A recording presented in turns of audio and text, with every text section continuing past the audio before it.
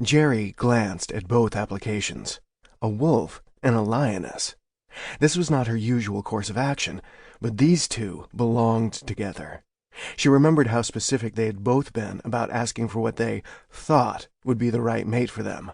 Wrong. So wrong. Neither had a clue who they belonged with. Jerry knew, though. She'd set them both straight. Though her usual pairings ran with shifter and human, or, most recently, shifter aliens and human, this was new territory. But she liked the idea. Besides, she shouldn't limit herself when so many out there needed her help.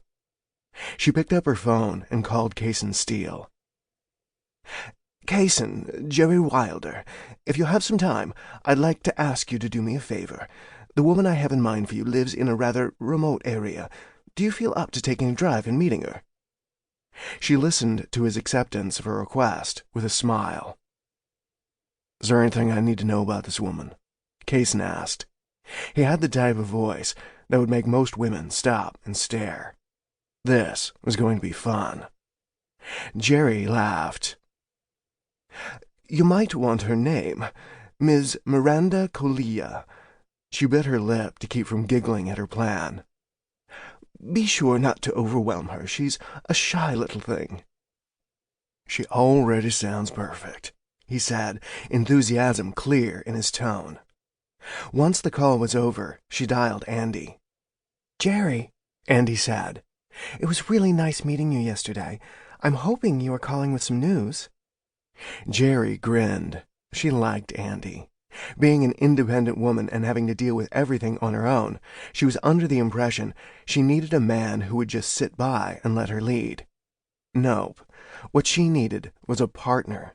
A man just as alpha as her, who would not only help her lead, but challenge her, and, at the same time, stand up to anyone who brought problems to his mate. Andy had no idea what she needed in a man, but Jerry knew. "I'm calling because I found someone I believe fits exactly what you need," Jerry said. Interestingly enough, neither of her clients had bothered to request that she pair them with their own type of animal. They probably took it for granted that she would. Oh well. They were about to learn that when they hired Jerry, they got what they wanted in their hearts, not what came out of their mouths. "I'm so relieved to hear that, Jerry."